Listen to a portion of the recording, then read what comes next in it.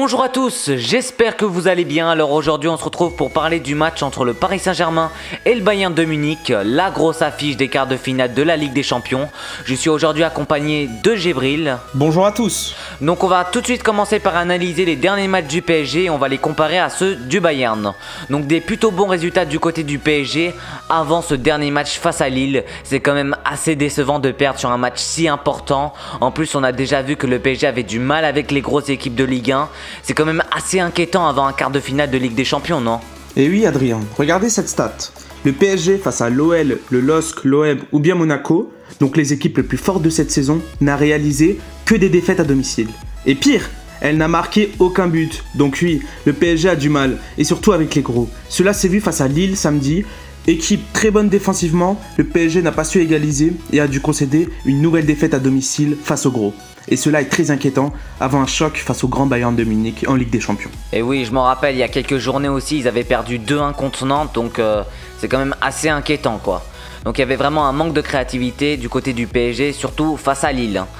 Donc du côté du Bayern, c'est très solide, de très bons résultats, même si le match contre Leipzig n'était pas facile. Oui, le Bayern qui est reparti avec les 3 points de Leipzig à l'aide d'un but de Goretzka en première période. Sans être flamboyant, le Bayern a su rester solide et repartir avec les 3 points, au contraire du Paris Saint-Germain. Oui, donc on peut clairement affirmer que le Bayern est favori.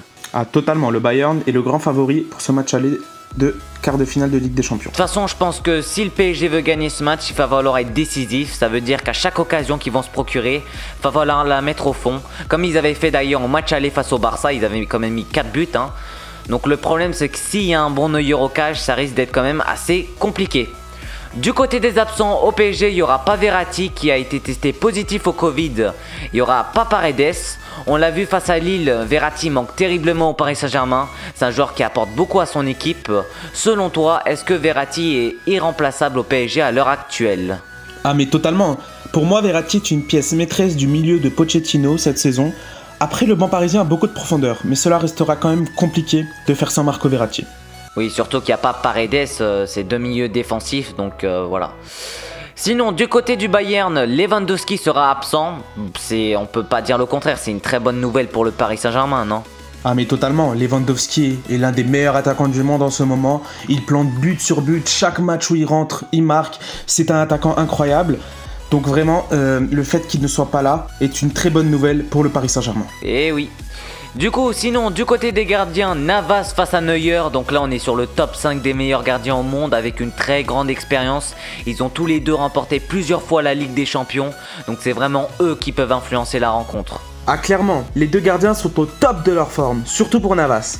Et les deux ont beaucoup d'expérience, ils ont déjà gagné la Ligue des Champions plus de 2 fois.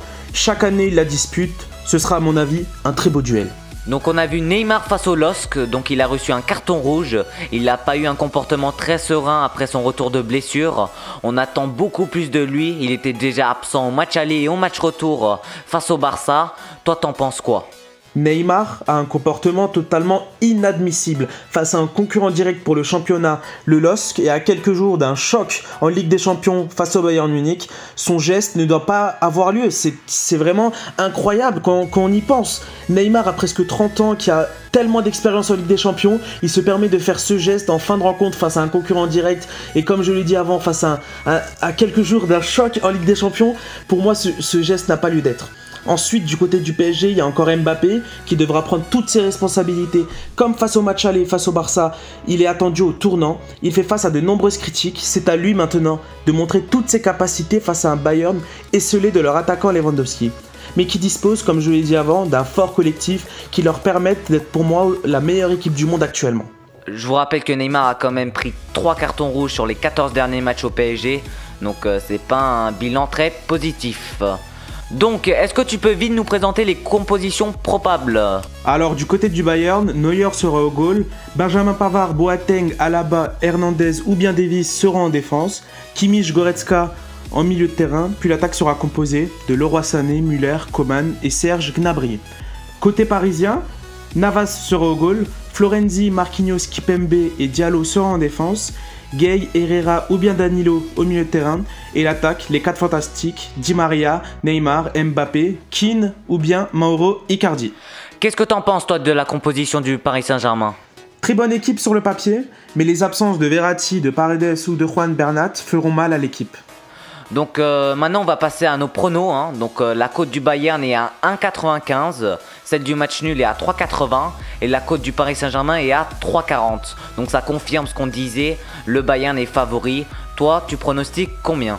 Côté pronostic, pour moi le match aller sera dominé par le PSG et malgré un but de Mbappé en première période, le Bayern ira conclure les bonnes opportunités pour gagner ce match 2-1 à l'aide de Kingsley Coman et de Eric Maxime Choupo-Moting. Ah oui, donc un but de Choupo-Moting contre son ancien club du coup. Totalement.